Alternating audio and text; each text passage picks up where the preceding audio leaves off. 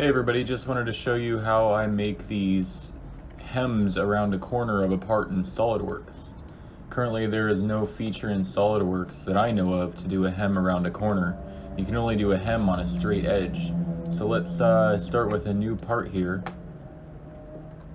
And we're going to do a simple sheet metal bend with a line.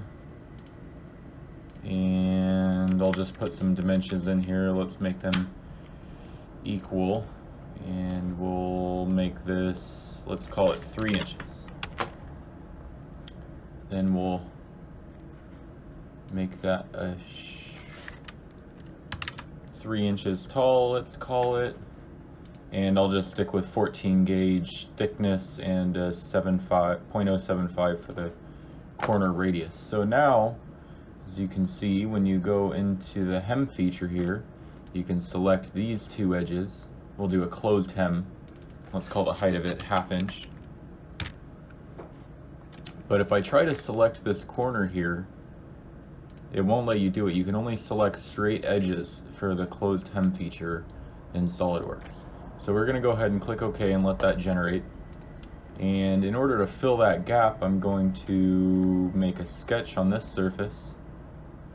And then I will convert those faces, and then we can do a swept boss with the profile being that sketch, and then the path being this line here, and there you have it, your hem.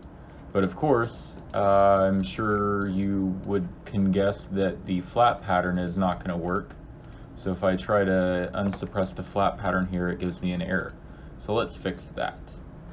So if you go to, of course, for the flat pattern, we can suppress the sweep, and then that will allow the flat pattern to generate, but then you get that gap in there, which of course you don't want.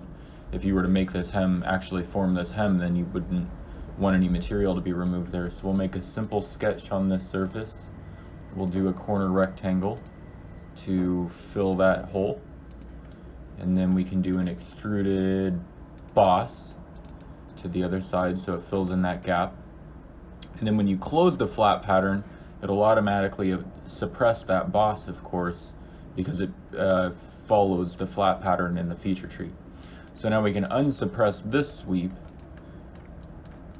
and to make it even easier, what I like to do is add a configuration. So you can add a configuration here called Flattened,